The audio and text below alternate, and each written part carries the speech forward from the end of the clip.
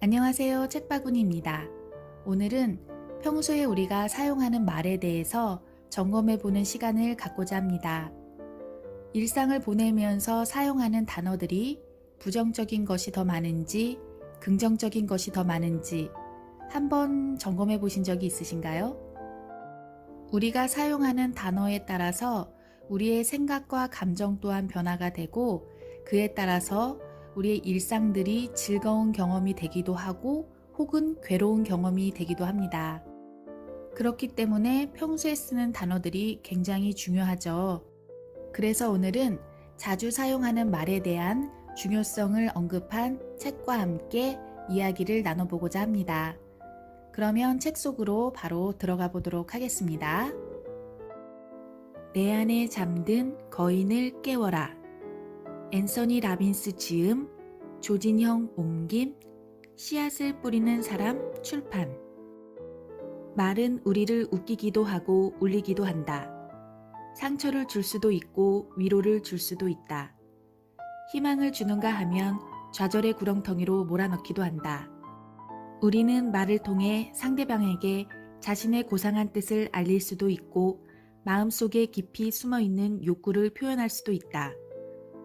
신념은 대부분 말에 의해 형성되며 말에 의해 변화한다.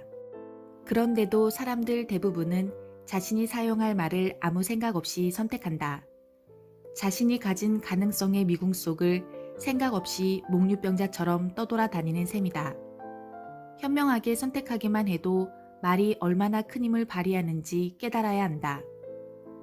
어휘력이 부족한 사람들은 감정적으로도 모자란 삶을 살게 된다. 반면 어휘력이 풍부한 사람은 경험을 채색할 물감이 가득한 팔레트를 가진 셈이며 주변 사람과 자신을 위해 많은 도움이 된다. 그렇지만 사람들은 대부분 자신이 아는 어휘의 많고 적음보다는 오히려 사용하려고 선택한 그 말 자체 때문에 문제가 된다. 우리는 종종 말을 지름길로 사용한다. 하지만 이 지름길이 자신의 감정을 속여버리는 경우가 비일비재하다. 삶을 의식적으로 통제하기 위해서라도 자신이 자주 사용하는 말을 의식적으로 살펴보고 개선해야 한다. 그리고 그 말이 우리 자신을 원하는 방향으로 이끌어주고 있는지를 확실히 해두어야 한다. 문자 그대로의 의미뿐만 아니라 감정적인 의도를 가진 단어가 많다는 사실도 염두에 두어야 한다.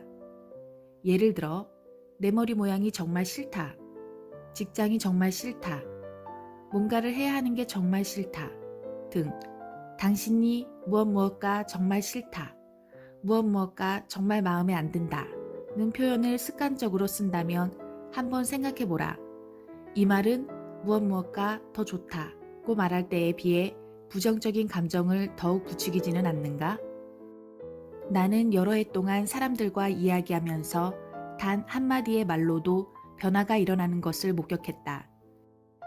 그뿐만 아니라 말의 힘이 사람들이 느끼는 방식부터 행동하는 방식까지 즉각 바꾸어 놓는다는 사실 또한 터득하게 되었다. 습관적으로 사용하는 말, 즉 삶의 감정을 묘사하려고 번번이 사용하는 그 말을 바꾸는 것만으로도 생각하는 방식, 느끼는 방식, 심지어는 살아가는 방식을 변화시킬 수 있다. 우리는 어떤 감각이 고통스러운 것인지 즐거운 것인지를 빨리 파악하기 위해 그 감각에 이름을 붙인다. 그것이 바로 우리가 말이라고 알고 있는 것들이다. 똑같은 자극을 받더라도 각자 그것을 재구성하는 방식, 그러니까 자신이 사용하는 말의 틀이 바로 자신의 경험이 된다는 사실을 염두에 두어야 한다. 우리가 경험에 붙이는 말이 바로 자신의 경험이 된다는 것이다. 그러므로 감정 상태를 표현하는 말을 의식적으로 신중하게 선택해야 한다. 그렇지 않으면 실제 상황에서 불필요한 괴로움을 자초하게 된다. 예를 들어 어떤 사람은 항상 기가 죽어 있거나 화가 나 있다. 그런가 하면 늘 막연한 불안감에 시달리거나 겁에 질려 있는 사람도 있고 늘 우울해하는 사람도 있다. 그 이유는 자기 삶의 경험을 설명하는데 계속해서 똑같은 표현만을 사용하기 때문이다.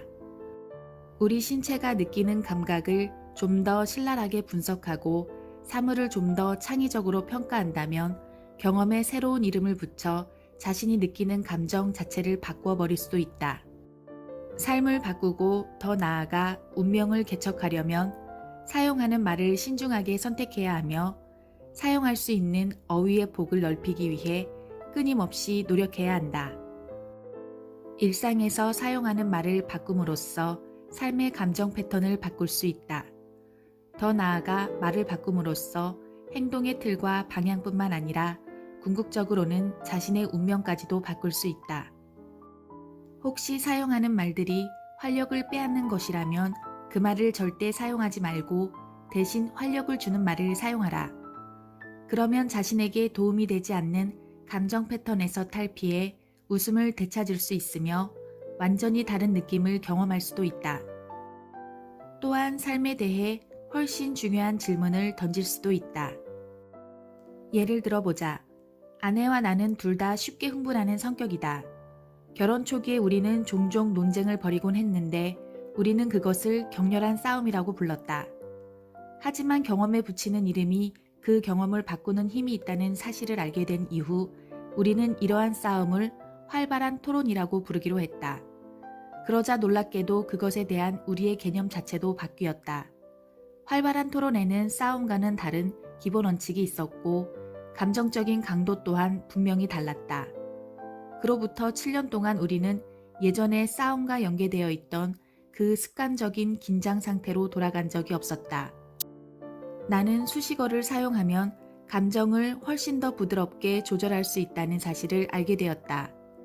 예를 들어 조금 약이 올랐을 뿐이야 라거나 약간 기분이 상했는걸 이라고 말하는 것이다. 이제 베키는 욕구불만 상태가 되면 이렇게 말한다. 심기가 조금 불편해요. 부정적인 감정의 강도를 자신에게 그다지 영향을 끼치지 않을 정도로 낮추어 버릴 수 있다면, 그래서 자신의 삶의 주체가 될 수 있다면 인생이 어떨까? 또한 긍정적인 감정을 항상 최상의 상태로 끌어올릴 수 있다면 인생이 어떨까? 우리는 이와 같은 두 가지 일을 눈 깜짝할 사이에 해낼 수 있다. 자, 여기 그 첫 번째 과제가 있다. 지금 바로 시간을 내어 기분이 좋지 않을 때 자주 사용하는 말 3가지를 적어보자. 무슨 말을 골랐든 그 말이 자신을 무기력하게 만든다는 것을 확신하라.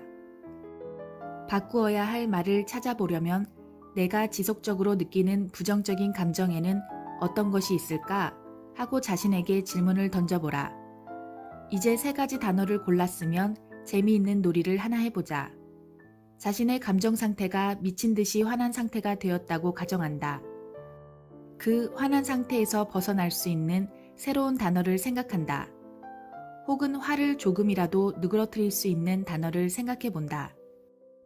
나는 이런 방법을 사용했는데 효과가 좋았다. 예를 들어 나는 살아오면서 좌절한 때가 잦았으므로 그 대신 무언가에 매료된 상태가 되기로 했다고 말하는 것이다.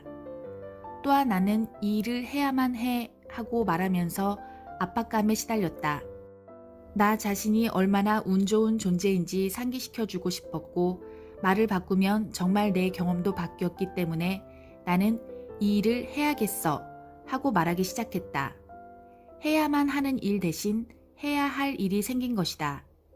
그리고 나는 화가 난 이라는 말 대신 성가신 혹은 약이 오른 좀 염려되는 이라는 말을 쓰기 시작했다. 그 후 열흘 동안 나는 입에서 예전에 쓰던 단어가 나오려 하면 즉시 새 단어로 바꾸었다. 그 결심을 실천하며 즐거움을 느끼다 보니 새로운 행동 패턴이 정립되었다. 변형 어휘를 이용하는 것이 부정적인 감정을 누그러뜨리는 데만 국한되는 것은 아니다. 이 방법은 긍정적인 감정을 이끌어내는 데도 큰 도움이 된다. 어떻게 지내느냐고 누가 물으면 괜찮아 혹은 그럭저럭 이라고 대답하지 마라. 기분 짱인걸? 하고 외쳐서 상대방을 깜짝 놀라게 해주어라.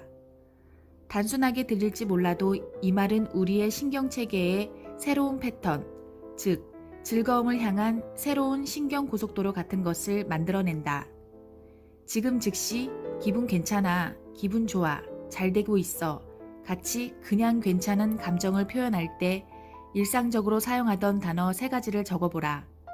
그리고 나서 자신에게 활력을 북돋아 줄 수 있는 새로운 말을 생각해보라. 변형 어휘를 간단히 실험해보고 어떤 일이 일어난지를 지켜보라. 사람들은 종종 세미나에서 이런 식으로 말을 하곤 한다. 이 사람이 나한테 한 일을 생각하면 정말 화가 납니다. 그러면 나는 이렇게 묻는다. 당신은 화가 났습니까? 아니면 상처를 받았습니까? 이와 같은 질문을 받는 것만으로도 사람들은 상황을 다시 되돌아보게 된다. 새로운 단어를 선택해서 상처받은 것 같아요 라고 말하는 순간 감정의 긴장이 약해져서 신체 생리에 반영되는 것을 알 수 있다. 화난 상태보다는 상처 입은 상태가 훨씬 다루기 쉬운 것이다. 이제 우리가 직접 해볼 차례이다. 통제를 해보라. 평소 습관적으로 사용하는 말을 살펴보라. 그리고 그 말이 활력을 주는 말, 때에 따라 적절하게 감정을 누그러뜨리거나 고조시키는 말로 바꿔라. 지금 당장 시작하라. 이 과정을 항상 실천하라. 사용할 표현을 적어보고 결심하고 그 결심을 그대로 지켜라. 이 간단한 기술이 다른 것을 사용하지 않고도 그 자체로 일을 해낼 힘이 있다는 사실을 늘 염두에 두어라. 우리 모두 함께 가능성의 길을 개척해 나가자. 네, 본문의 내용은 여기까지입니다.